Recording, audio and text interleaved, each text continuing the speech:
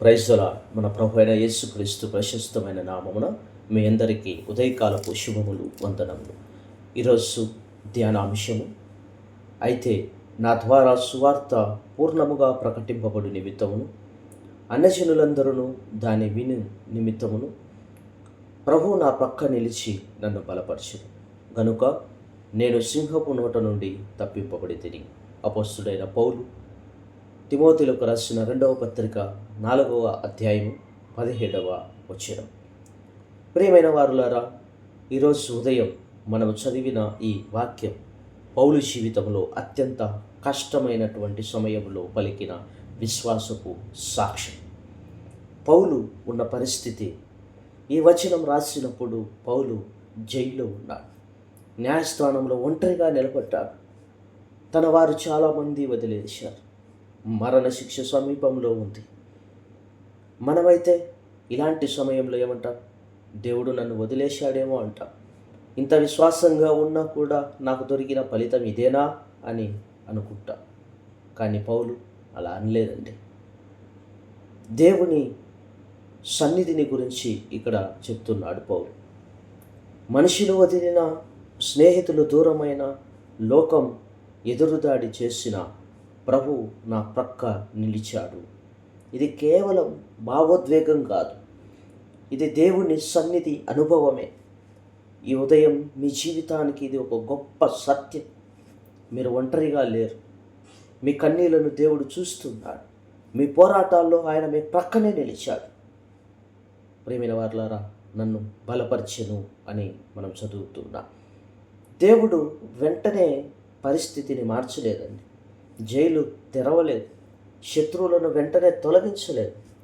కానీ ఏం చేశాడు? పౌలును దేవుడు బలపరిచాడు. దేవుని బలం అంటే ఏంటి? భయం ఉన్నా ముందుకు సాగడమే, ఒత్తిడి ఉన్నా స్వార్థ చెప్పడమే, మరణం ఎదురైన నమ్మకాన్ని విడవకపోవడమే. ఈరోజు మనకు అదే బలం అవసరం. బలపరిచిన ఉద్దేశం సువార్త పౌలు చెప్పాడే అని.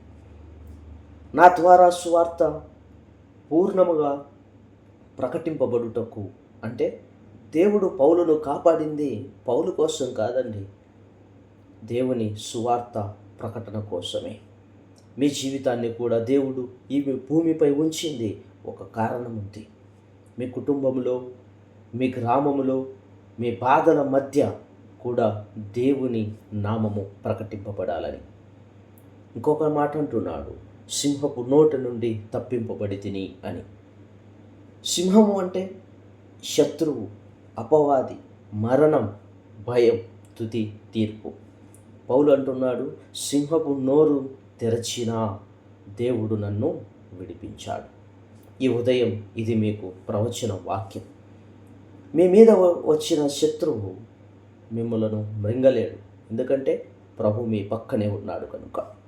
మన జీవితాలకు అన్వయం చేసుకుంటే ప్రియమైన వారులారా, ఈరోజు మీరు ఎదుర్కొంటున్నది ఏమైనా ఉండొచ్చు.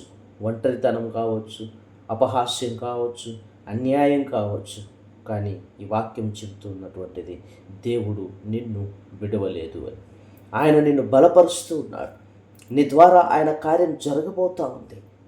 ప్రియమైనటువంటి వారులారా, నువ్వు ఎదుర్కొంటున్నటువంటి సమస్య ఏదైనప్పటికీ కూడా దేవుడు నీతోనే ఉన్నాడని ధైర్యంగా ముందుకు అడుగు వేయాలి. చిన్న ప్రార్థనతో మన యొక్క వాక్యాన్ని ముగించుకుందాం.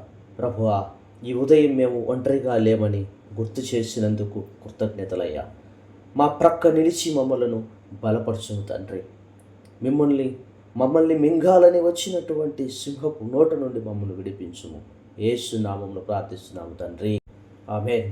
ఈ వాక్యం మీకు ఆశీర్వాదకరంగా అనిపిస్తే లైక్ చేయండి, షేర్ చేయండి, సబ్స్క్రైబ్ చేయండి. దేవుడు మిమ్మల్ని అందరినీ దీవించి ఆశీర్వదించును గాక. ఆమేన్.